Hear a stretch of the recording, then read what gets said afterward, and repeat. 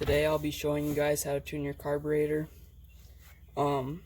If your dirt bike or pit bike, whatever you're riding, if it's idling too high or too low, then these are some things you want to check for.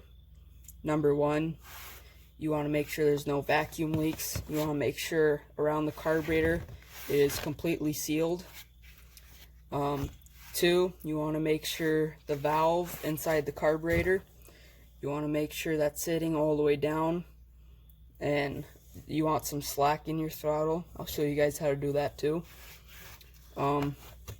At the bottom of the carburetor, there's a fuel screw on this one. It could also be on the side, just on this carburetor it's at the bottom. And on the side up here, you got idling speed screw. If you turn it in, then that's idling it higher. It'll idle higher. If you turn it out, it'll idle lower. This right here, that's for draining the bowl of the carburetor where the fuel sits. That's if you want to store your dirt bike in a shed or whatever over the winter and you don't want your carburetor getting gunked up with old fuel. You want to turn that out and it'll drain the fuel out of the bottom. So that's pretty much how you do it. For the fuel screw, usually there's a spec for that. Check in your manual and see what that is. If you don't have a manual, then you could usually look one up online for free. Yeah, but you want to make sure that there's no air leaks getting anywhere, because that'll cause it to idle higher than it should be, especially where it's going to the engine. You want to make sure if you got a rubber boot going to it, then you want to make sure that rubber boot isn't dry rotted or has any cracks in it or holes. It could also happen on the air filter side though, but it's not as likely. If you have a small pit bike and it doesn't have the hoses, it has the 2 bolts, then you want to make sure that gasket is in there.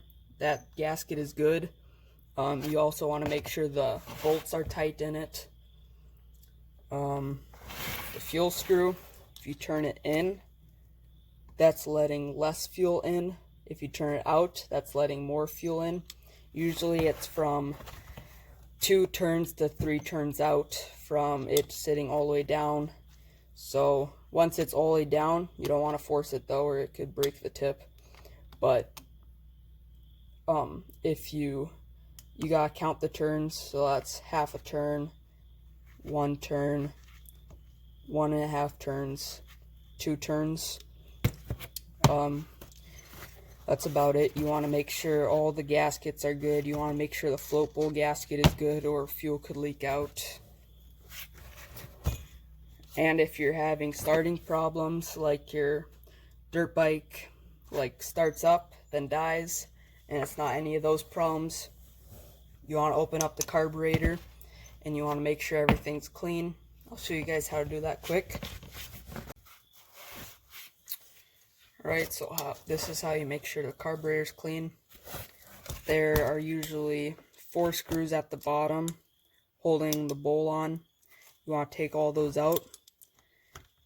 Make sure you do not strip them, or they'll be very difficult to get out, or you'll have to order new screws or find new screws or order a whole new carburetor.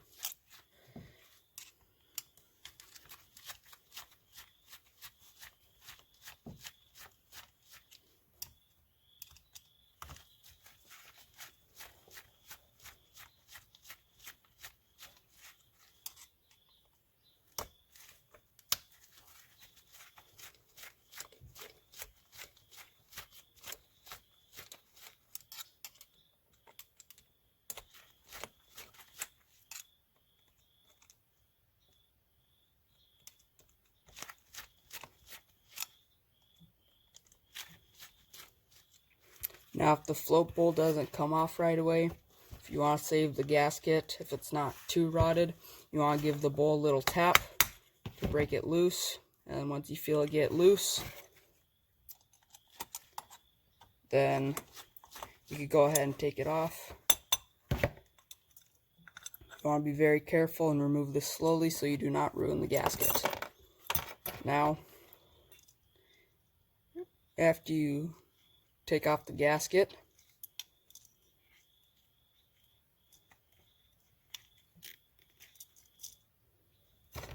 set that aside because you're going to need it unless you have a carburetor rebuild kit. But you want to check the float.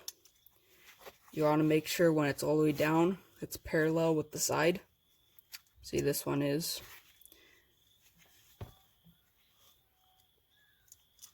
And you could take this out.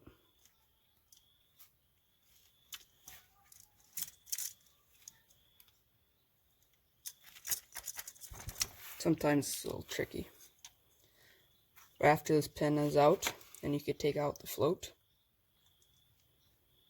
Float seems to be good. And this is what goes into that hole. Once the float moves up and down from the gas, it'll let more gas in or shut off the gas so it doesn't overflow. These are the jet. This is the main jet. This is the pilot jet. You want to take those out and look at them. They have little holes. So they have little holes down here. You want to make sure those are clear and clean. If they are not, then blow them out or clean them. You want to be very careful not to make them bigger. And here's the center hole. You want to make sure you can see light coming through all the holes.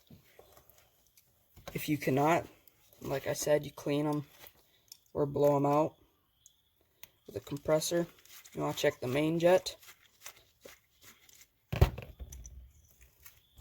There's same with the pilot jet. You want to make sure the holes are clean down here. You want to make sure you can see light coming through all the way through the center. And that's about it. You could take out the fuel screw and the air screw and take off this. You need to be very careful you don't strip anything out or ruin the gaskets. So that's about it. After that, then you want to blow through all the holes, make sure everything's working right, make sure everything's not clogged up. For the throttle, you open this up and there's a spring. And there's this. This is the valve that lets more fuel in, lets more air in. And it sets down in there. It only goes in one way. So if it doesn't go down all the way, then you want to just turn it until it pops down. If it doesn't go down all the way, you gotta take it back out, turn it until it drops all the way down in there. Also, you want to make sure that the float bowl, there's no dirt inside, it's all clean. Also this, you want to make sure there's nothing in there that's dirty. When this float is inside of there, make sure this is on and that drops down into the hole. After you take off the float bowl, you also want to make sure this moves up and down very freely. No dragging or anything. If there's any dragging, then you want to clean it up. So if you guys have any questions about dirt bikes, internally, externally, about the carburetor, anything, or other things such as mowers or go-karts, just leave it in the comments. I'll answer them in the next video. So here's the throttle cable right here. Here's the throttle. If your throttle does not have a little play in it, then you want to tighten it up. Or loosen it, I guess. And if it's too loose, if you can move it back and forth super easily, then you want to tighten it up. How you tighten it or loosen it is right here. You gotta loosen this nut. Mine's up all the way. But you gotta loosen that nut right there. And you gotta spin this one way or another. If you move it up, it loosens it. If you move it down, it tightens it. That's how you adjust your throttle.